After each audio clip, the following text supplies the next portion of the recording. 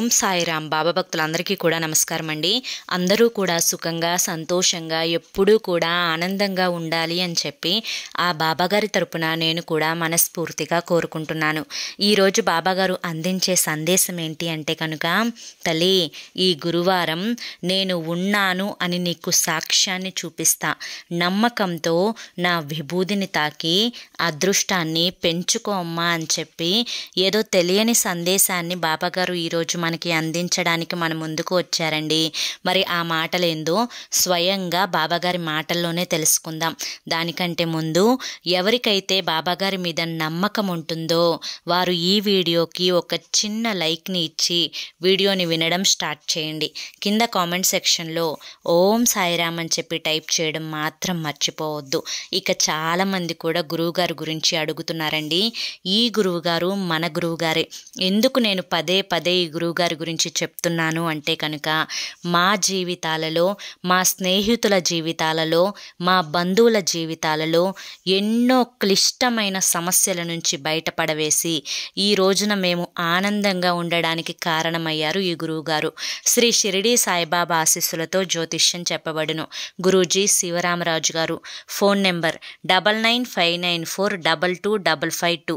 మీకు ఏ సమస్యలున్నా కానివ్వండి, ప్రేమ, పెళ్ళి, ఉద్యోగం, రాజకీయం, సంతానం లేక ఇబ్బంది పడుతున్నా, భార్యాభర్తల మధ్య మీకు గొడవలున్నా, అప్పుల సమస్యలున్నా, శత్రువుల సమస్యలున్నా, ఎటువంటి సమస్యలు మీకున్నా అవేంటో మీరు గురువుగారికి చెప్పినట్లయితే వాటికి తగిన పూజలు చేసి మీకు 9 రోజుల్లోనే పరిష్కారాన్ని చూపిస్తారు. గురువుగారు చెప్పింది చెప్పినట్లు 100కు 1000% జరుగుతుందండి. నమ్మకంతో కాంటాక్ట్ అవ్వండి. మీకున్న సమస్యల నుంచి బయటపడి ఇకపైనైనా కానీ ఆనందంగా జీవితాన్ని ఆస్వాదించండి. ఇక బాబాగారి యొక్క సందేశం విషయానికి వస్తే కనుక, తల్లి నేను ఉన్నానా లేనా అనే నమ్మకంలో, ఆ నమ్మకం నీకు పూర్తిగా ఎంతవరకు ఉందో, ఆ నమ్మకాన్ని నువ్వు ఎంతవరకు నమ్ముతున్నావో అంతా కూడా నాకు తెలుసు. ఎందుకంటే ఒక్క నామంతో కాదు, కోటి నామాలతో పిలిచినా కానీ పలికే దైవాన్ని నేను. అయితే నీకున్న సమస్యనేంటో పసిగట్టలేను అనుకుంటున్నావా? అయితే ఇప్పుడు ఈ సందేశం నీకోసం మాత్రమే చెప్తున్నాను. నేను చెప్పిన ఈ యొక్క సందేశం రూపంలో నేను ఉన్నాను అని చెప్పి నీకు సాక్ష్యంతో సహా చూపిస్తాను. తల్లి, ఎప్పుడైనా కానీ ఏ మనిషి అయినా కానీ జీవితంలో మార్పు రావాలి అని చెప్పి కోరుకుంటూ ఉంటారు. ఎందుకంటే ఒకే జీవితాన్ని అనుభవిస్తూ ఉన్నప్పుడు ఆ జీవితం మీద ఒక రకమైన విరక్తి భావన కలుగుతుంది. ఆ జీవితాన్ని ఆస్వాదించడానికి కూడా చాలా కష్టంగా అనిపిస్తుంది. అయితే ప్రతి మనిషి కూడా జీవితంలో సంతోషకరమైన మార్పుని కోరుకుంటూ ఉంటారు. ఏ మనిషి కూడా కావాలని బాధలను కొని తెచ్చుకోడు, కోరుకోను కూడా కోరుకోడు. అయితే మరి ఈ భగవంతుడు ఎందుకు కష్టాలు ఇస్తున్నారంటావు? అయితే మరి చేస్తున్న కర్మలకి ప్రతిఫలాన్ని అనుభవించాలి కదా తల్లి. కొంచెం సమయం పట్టినా కూడా తప్పకుండా ఎవరి కర్మకు తగ్గ ప్రతిఫలాన్ని వారు అనుభవించి తీరాలమ్మా. అయితే బాబా, కష్టంలో ఉన్నవారిని చూస్తే జాలిగా అనిపిస్తుంది. కొంతమంది ఎన్నో పాపకర్మలను చేస్తూ ఉన్నారు, కానీ వారు చాలా సంతోషంగా జీవితాన్ని గడుపుతూ ఉన్నారు. మరి దానికి కారణం ఏంటి బాబా? మంచివారికే కష్టాలు తప్పవా? లేదా పాపాలు తప్పులు చేసేవారు ఆనందంగా జీవిస్తూ ఉంటున్నారు కదా, మరి దాని అర్థమేంటో తెలుసుకోవచ్చా అని చెప్పి నీకు అనుమానం వస్తూ ఉంది కదా. అయితే నీ మనసులో ఉండే ప్రతి అనుమానానికి కూడా నా దగ్గర సమాధానం ఉంది. నిజం మాట్లాడుకుంటే ఎవరి యొక్క కర్మఫలం వారు తప్పకుండా అనుభవించాల్సిందే. దూరంగా ఉన్న కొండలని చూసి చాలా నునుపుగా ఉన్నాయి అని చెప్పి అనుకుంటూ ఎలా? వాటి దగ్గరికి వెళ్తేనే కదా తల్లి అవి ఎంత ఎగుడు దిగుడుగా ఉన్నాయో కళ్ళకి కట్టినట్లుగా కనిపిస్తుంది తల్లి. అదేవిధంగా అందని ద్రాక్ష పుల్లనా అని అనుకోవడం తప్ప చేసేది ఏమీ లేదు కదా తల్లి. అలాగే సంతోషంగా కనిపించే వారందరి మనసుల్లో, ఇక అదేవిధంగా ఆనందంగా మాటలు మాట్లాడి పెదవుల మీద చిరునవ్వు కనిపిస్తున్న ప్రతి ఒక్క జీవితంలో ఏ కష్టం లేదు, ఏ కన్నీటి గాథ లేదు అని చెప్పి అనుకుంటే ఎలా చెల్లుతుందమ్మా? కనుక భూమి మీద పుట్టిన ప్రతి ప్రాణికి ఏదో ఒక కష్టం ఉంటూనే ఉంటుంది. కొన్ని కర్మానుసారంగా జరుగుతూ ఉంటే మరికొన్ని వారికై వారు తెచ్చుకున్నవి కూడా ఉంటాయి. కనుక కర్మానుసారంగా జరిగేవి మాత్రం మనిషి తప్పించుకోవచ్చు.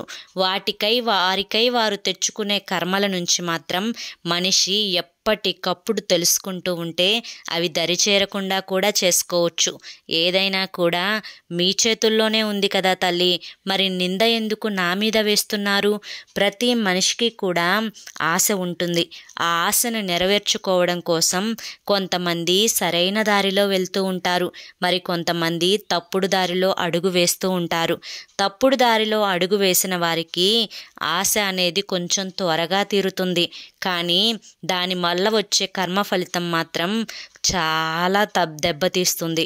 అదేవిధంగా కష్టమైనా కానీ మంచి దారిలో నడిచే వ్యక్తికి ఆ యొక్క ప్రతిఫలం అనేది కొంచెం ఆలస్యం అవుతుంది, కానీ అది జీవితాంతం నిలబడే ఉంటుంది. ఇప్పుడైనా చెప్పు, కష్టపడి అడుగులు వేసి ఎప్పుడూ సంతోషంగా ఉండడం కావాలా? తప్పుడు దారిలో అడుగులు వేసి తాత్కాలికమైన సంతోషాన్ని కోరుకుంటావా? ఇది నీ నిర్ణయానికే వదిలేస్తున్నాను తల్లి. మనసుని నిర్మలంగా ఉంచుకోవాలి. ఆకాశం అనేది చాలా నిర్మలంగా ఉంటుంది, కానీ సముద్రాన్ని చూస్తే అలలతోటి ఎప్పుడూ కూడా గందరగోళంగా ఉంటుంది. మరి మనసుని ఆకాశమంత నిర్మలంగా ఉంచుకున్న వారే సరైన నిర్ణయాలను తీసుకోగలుగుతారు, సరైన తెలివితేటలను కలిగి ఉంటారు, సరైన మంచి మాటని విడుదల చేస్తూ ఉంటారు. అదేవిధంగా ఆ సముద్రపు అలలలాగా ఎగిసి పడుతూ మనసునంతా గందరగోళంగా ఉంచుకున్న వారి పరిస్థితి ఎప్పుడూ కూడా కోప భావోద్వేగాలను చూపిస్తూ ఉంటారు. కనుక మనసుని నిర్మలంగా ఉంచుకోవాలి, ప్రశాంతంగా ఉంచుకోవాలి. అప్పుడే తెలివైన నిర్ణయాలను, కష్టాల నుంచి తప్పించుకునే మార్గాలను ఎప్పటికప్పుడు మనసే నీకు అందిస్తుందమ్మా. దేనికి కూడా నిరాశ చెందవద్దు. అసలు నీ నిరాశ నీ చిన్నప్పటి నుంచే మొదలైంది తల్లి. ఎప్పుడు బాబా ఆనందం, ఎప్పుడు బాబా కష్టం వెళ్ళిపోయేది, సంతోషం ఎప్పుడు బాబా నా జీవితంలోకి వచ్చేది అని చెప్పి ఎన్నో రకాల ప్రశ్నలతో నిరాశ చెందిపోతూ ఉన్నావు. ఎప్పుడైనా కానీ మనసుని సంతోషంగా ఉంచుకుంటే నీ చుట్టూ ఉన్నవారు, అదేవిధంగా నీ చుట్టూ జరుగుతున్న పనులు ఏవైనా కానీ నీకు అనుకూలంగా జరుగుతున్నట్లు మాత్రమే కనిపిస్తాయి.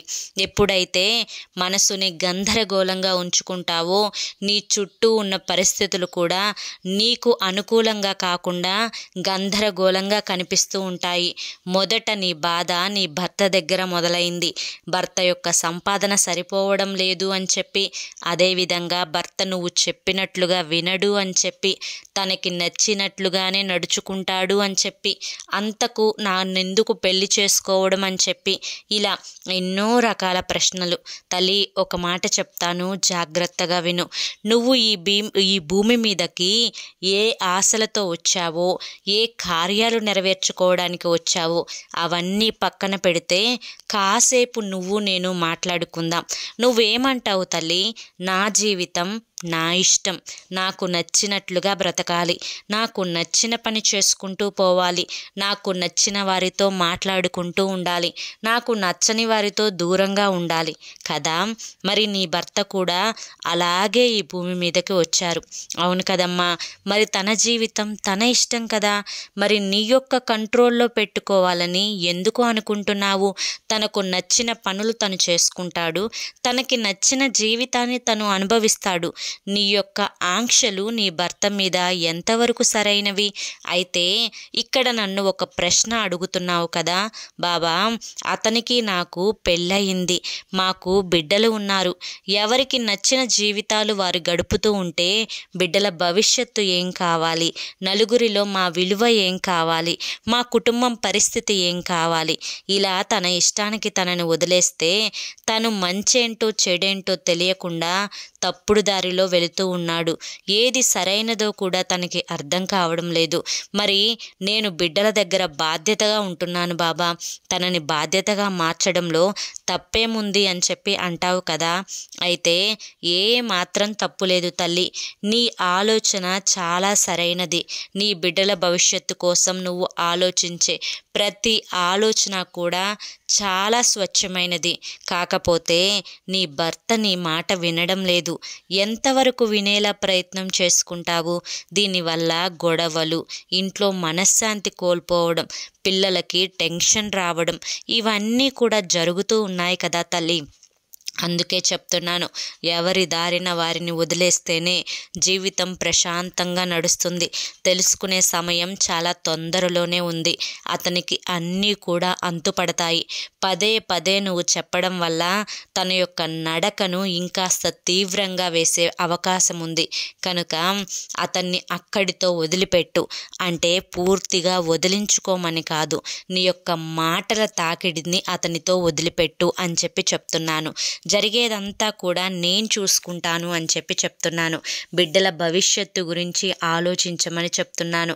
వారి భవిష్యత్తు కోసం ఎటువంటి నిర్ణయాలను తీసుకోవాలి, ఏం చెయ్యాలి, ఎలా మాట్లాడాలి, ఏ పని వెతుక్కోవాలి, ఏం చేస్తే చేతికి డబ్బు అందుతుంది అని చెప్పి ఆలోచించుకోమని చెప్తున్నాను. ఇప్పుడే ఈ వయసును నువ్వు వృధా చేసుకుంటే ముందు ముందు నువ్వు చేయవలసిన పనులు చాలా ఉన్నాయి. వాటికి డబ్బు చాలా అవసరం. ఈ వయసులో ఉన్నప్పుడే డబ్బుని సంపాదించుకోవాలి అనే ఆలోచన నీలో కలగకపోతే రేపు వయసు అయిపోయిన తర్వాత నీ బిడ్డల మీద నువ్వు పూర్తిగా ఆధారపడాల్సి వస్తుంది. వారి యొక్క భవిష్యత్తు కూడా నీవు ఇలా ఉంటే రేపటి భవిష్యత్తు అంతంత మాత్రంగానే ఉంటుందేమో అని భయం నీలో కలగాలి. కనుక నీకు ఏ పని మీద ఆసక్తి ఉందో ఆ పని మీద కాస్తంత శ్రద్ధను పెట్టి అది పూర్తి చేసే ప్రయత్నం చెయ్యి. మనసులో ఎటువంటి గందరగోళమైన ఆలోచనలు పెట్టుకోకుండా ఉపయోగకరమైన ఆలోచనలను చేసి దానికోసం నువ్వు కృషి చేసినట్లయితే నువ్వు ఖచ్చితంగా నువ్వు చేసే పనిలో విజయాన్ని పొందుతావు. దానితో పాటు నీకు ధనం కూడా లభిస్తుంది.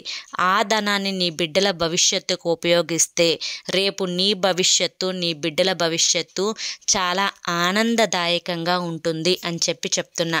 కనుక డబ్బు మీద కూడా చాలా ధ్యాస పెట్టడం చాలా అవసరం తల్లి. డబ్బు ఎందుకు పనికిరాదు. మనుషుల ప్రేమే ఇప్పుడు శాశ్వతం, మనుషుల ప్రేమే ఇప్పుడు ముఖ్యం అని చెప్పి అనుకుంటూ ఉంటే భవిష్యత్తులో నువ్వు బయట కాలు అడుగు పెట్టాలి అంటే డబ్బు చాలా అవసరం. డబ్బే ముఖ్యం. డబ్బే ప్రాణాన్ని నిలబెడుతుంది. డబ్బే భవిష్యత్తును నిలబెడుతుంది అని చెప్పి తెలుసుకోవాలమ్మా. ఎందుకంటే ఇది తెలుసుకున్నప్పుడే నీ జీవితంలో అసలైన ఆశ మొదలవుతుంది. ఆశ నుంచే ఒక కసి మొదలవుతుంది. ఆ కసి నుంచే నువ్వు చేయాలనుకున్న పని 100% పూర్తవుతుంది. అర్థమైంది కదా. ఇంకొక ముఖ్యమైన విషయం ఏంటి అంటే కనుక తల్లి, ఎప్పుడూ కూడా నువ్వు ఇతరుల జీవితాలతో పోలిక పెట్టుకోవద్దు. నీ జీవితం నీకు నచ్చినట్లుగా మార్చుకోవాలి. నీ బిడ్డలకి ఆదర్శంగా మార్చుకోవాలి. నీ బిడ్డలు నిన్ను చూసి నేర్చుకోవాలి. ఈ విధంగా నీ జీవితం నీ బిడ్డలకి ఆదర్శంగా మారాలి. నువ్వు ఎదుటి వారితో పోలిక పెట్టుకొని వారి భర్తలాగా నా భర్త ఎందుకు లేడు, వారి భర్తలాగా నా భర్త ఎందుకు సంపాదించడం లేదు, వారిలాగా నా జీవితం సంతోషంగా ఉంటే బాగుండేది అనే ఆలోచనలు పెట్టుకుంటే చివరకు మిగిలేది శూన్యమే అని గుర్తుంచుకో. ఎప్పుడైనా కానీ ఎదుటి వారిని చూసి వారిలో ఉండే పట్టుదలను నేర్చుకోవాలి. వారు అంత గొప్ప స్థాయికి వెళ్ళారు అంటే కనుక కారణం ఏంటో తెలుసుకొని అటువైపుగా నీ నడకను ప్రారంభించాలే తప్ప వారిని చూస్తూ నీ జీవితం అలా ఆగిపోకూడదు అని గుర్తుంచుకో. తల్లి, నేను ఉన్నాను అని చెప్పి నీకు నమ్మకం కలిగేలా చేస్తాను అని చెప్పాను కదా. అయితే నేనిప్పుడు ఒక చిన్న కథని చెప్తాను, జాగ్రత్తగా విను. ఒక ఊరిలో దానికంటే ముందు ఇది కథ అని చెప్పడం కంటే నిజంగా జరిగిన సంఘటన అని చెప్తేనే బాగుంటుంది. ఒక ఆవిడ చాలా కష్టాలు పడుతూ ఉంది. ఆవిడకు షిరిడీ నుంచి తీసుకువచ్చిన నా యొక్క చిన్న విగ్రహాన్ని ఇచ్చారు. ఆ విగ్రహాన్ని పెట్టుకొని తన దేవుని మందిరంలో ప్రతి గురువారం కూడా దీపారాధన చేసుకొని మనసుని ఎంతో ప్రశాంతంగా ఉంచుకుంటూ భారాన్నంతా నా మీద వదిలిపెట్టింది. అప్పుడే తను నన్ను పెట్టిన ప్రదేశంలో నీటి ఊటని గమనించింది. ఎప్పుడైతే నా పాదాల నుంచి నీరు అలా ప్రవహిస్తూ ఉందో తనకి చాలా సంతోషం కలిగింది. ఊర్లో పెద్దవాళ్ళందరినీ పిలిపించింది. అందరూ కూడా నా యొక్క ఆ పారుదలని చూశారు. అది చూసి నీ ఇంట్లోనే స్వయంగా బాబా ఉన్నారమ్మా అని చెప్పారు. అప్పటి నుంచి నా మీద ఇంకా నమ్మకాన్ని పెంచుకుంది. ఎన్నో కష్టాలు అనుభవిస్తున్న తన కుటుంబానికి ఒక ఊరటని కలిగించాను. తనకి అంతా కూడా అనుకూలంగా జరిగేలా చూశాను. తన బిడ్డలు మంచి చదువులో ఉత్తీర్ణత సాధించేలా చూశాను. వారికి మంచి ఉద్యోగాలు తెప్పించాను. తనకి మంచి ఆరోగ్యాన్ని ప్రసాదించాను.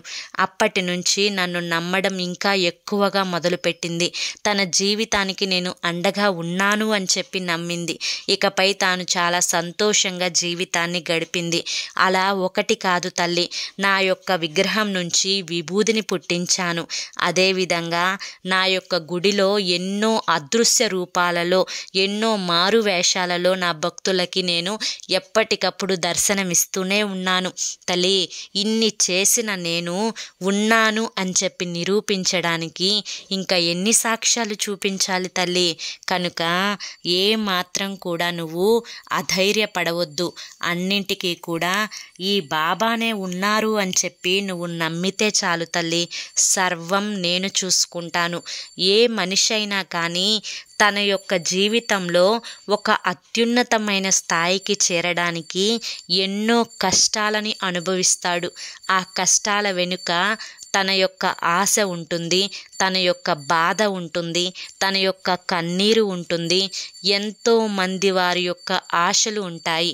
ఎప్పుడైతే ఆ కష్టం ఫలించి తను అనుకున్న తీరం వైపు అడుగు వేయడానికి ఒక దారి ఏర్పడుతుందో అప్పుడు పడిన కష్టం, కన్నీరు అన్నింటినీ కూడా మర్చిపోయి జీవితంలో ఎదిగినందుకు సంతోషపడిపోతూ ఉంటారు. ఆ యొక్క చిన్న సంతోషం మనసుకి కలిగినప్పుడు ఎంతో ఆనందంగా ఉంటుంది కదా తల్లి. మరి ఇన్ని జరగాలి అంటే ఖచ్చితంగా అదృష్టం కూడా ఉండాలి. మరి అదృష్టం ఉన్నప్పుడే కదా తల్లి మనిషి జీవితంలో ఏదైనా కానీ సాధించగలుగుతాడు. మరి ఈ రోజున నా సందేశం నువ్వు వింటున్నావు అంటే కనుక నీకు ఆ అదృష్టం ఉన్నట్లే కదా తల్లి. మరి ఈ రోజు నా మాటలన్నింటినీ కూడా ఈ సందేశం రూపంలో నీ చెవిన పడేలానే చూశాను అంటే నీకు ఏదో అదృష్టం అనేది ఎదురు చూస్తూ ఉందనే కదా తల్లి. మరి ఆ అదృష్టాన్ని పెంచే గురుబలాన్ని ఈ గురువారం రోజు నేను నీకు అందిస్తున్నాను. కనుక మొదట నీ జీవితంలో నిరాశను తీసివేయాలి, ఆశను పెంచుకోవాలి, పని పట్ల ఆసక్తిని పెంచుకోవాలి, మనస్సుని ప్రశాంతంగా ఉంచుకోవాలి, మనసులో ఎటువంటి అలజడులు లేకుండా చూసుకోవాలి. ఏ కష్టం వచ్చినా కానీ గట్టిగా నిలబడగలను అనే అంత శక్తి నీలో ఉండాలి. నీ మీద నువ్వు నమ్మకాన్ని పెంచుకోవాలి, నీ మీద నువ్వు గౌరవాన్ని పెంచుకోవాలి, ప్రతి మనిషికి విలువనివ్వడం నేర్చుకోవాలి, అనుకున్న లక్ష్యం వైపు అడుగులు వేయడం నేర్చుకోవాలి. ఇలా ప్రతీదీ కూడా చెప్పుకుంటూ పోతే నిన్ను నువ్వు మార్చుకోవాలి తల్లి. ఇది జరిగినప్పుడే నీ యొక్క కష్టాలన్నీ కూడా పోతాయి.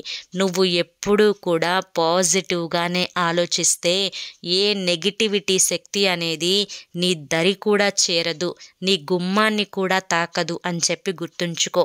అంత అదృష్టం అనేది నీకు పట్టబోతోంది కాబట్టే ఈ రోజున నువ్వు నా సందేశాన్ని వినగలుగుతున్నావు తల్లి అని చెప్పి ఈరోజు బాబాగారు మనకి గురువారం రోజు తాను ఉన్నాను అనే సాక్ష్యాన్ని చూపించారు, మనకి అదృష్టాన్ని పెంచారు. బాబాగారి యొక్క విభూదిని తాకిన మనకు తన సందేశం రూపంలో గొప్ప ఆంతర్యాన్ని అందించారు. మరి ఈ సందేశం మీ అందరికీ కూడా నచ్చింది అనుకుంటున్నాను. నచ్చింది అనిపిస్తే చూసి వెళ్ళే వాళ్ళు తప్పకుండా ఈ వీడియోకి ఒక చిన్న లైక్ ఇవ్వండి. కింద కామెంట్ సెక్షన్లో ఓం సాయిరామ్ అని చెప్పి టైప్ చేయడం మాత్రం మర్చిపోవద్దు. అంతేకాకుండా మొదటిసారి సాయి పిలుపు ఛానల్లోకి వస్తే సబ్స్క్రైబ్ చేసుకోండి. మరి కొంతమంది బాబా భక్తులకు ఈ వీడియోని షేర్ చేయడం మాత్రం అస్సలు మర్చిపోవద్దు. రేపు మరొక మంచి సందేశంతో తప్పకుండా కలుసుకుందాం. అంతవరకు కూడా బాబా ఆశీస్సులు మీపై ఉండాలి అని చెప్పి మనస్ఫూర్తిగా కోరుకుంటూ సర్వేజన సుఖినో భవంతు. ఓం సాయిరామ్.